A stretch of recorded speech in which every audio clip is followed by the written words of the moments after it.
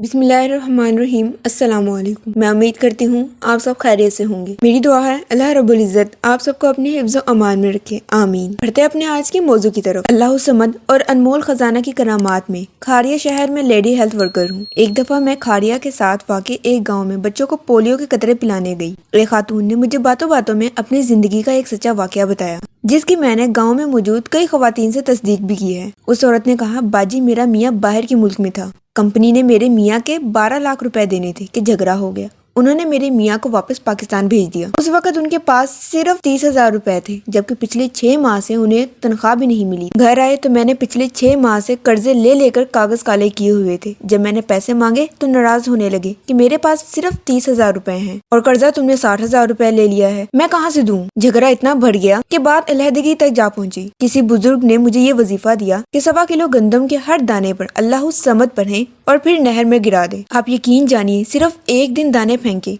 दूसरे दिन कंपनी वालों ने 12 लाख का चेक इन्हें भेज दिया। उम्मीद तो दूर की बात, कभी सोचा भी ना था कि इन्हें पैसे मिल जाएंगे। चूँकि मैं लेडी हेल्थ वर्कर हूँ, लिहाजा घर का हर फर्द मुझ पर एतबार करता है। एक दफा वैक्सीनेटर टीके लगाने आया था। मैं घर में बच्चे को बुलाने गई कि इसकी माँ बच्चे को हिफाजती टीके लगवा ले। मालूम हुआ माँ तो घर में नहीं है। पूछने पर पता चला कि वो घर वालों से रूठकर हमसाये के घर गई है। 5 दिन की बेटी थी और दूसरी 1.5 साल की। घर में उसकी सास और उसका बेटा बैठे थे। मैं हमसाये के घर गई। सर्दी का मौसम था। वो औरत अपने बच्चियों को लेकर लेटी हुई थी। जहाँ वो औरत गई थी, बताती चलूं, उनका एक ही कमरा था, ना किचन था, ना बरामदा। जब मैंने वजह पूछी तो कहने लगी बच्ची बीमार थी। मेरे पास पैसे नहीं थे। मैं किसी से पैसे उधार लेकर दवाई लाई तो खावंद आकर नाराज हुआ और बात बढ़ते बढ़ते लड़ाई झगड़े तक पहुंच गई। अब मैंने इधर नहीं रहना, अपने मैके जाऊंगी। घर वाले कहने लगे, हमने इसको कहा था कि हम तुम्हें तुम्हारे वालिदैन के घर छोड़ आते हैं, मगर इसने इनकार कर दिया। मुझे कुछ समझ नहीं आ रहा था कि मैं क्या पढ़ूं कि ये मान जाए। मैंने दिल ही दिल में दुरूद शरीफ पढ़कर खजाना नंबर 2 पढ़कर उस औरत पर फूंकना शुरू कर दिया।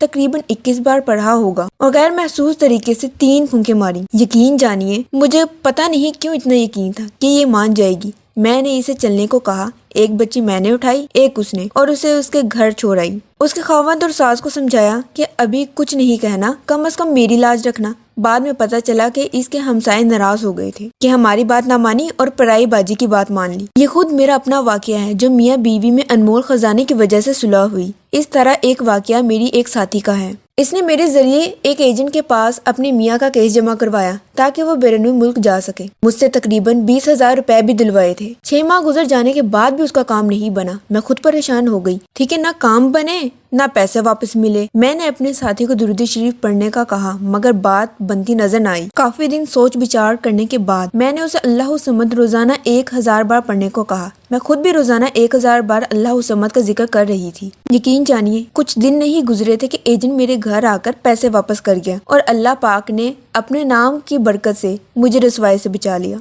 तो ये थी अल्लाह समद की फजीलत और ताकत। आज के लिए बस इतना ही। मिलते हैं नेक्स्ट वीडियो में। तब तक के लिए मुझे इजाजत दें। अल्लाह हाफिज।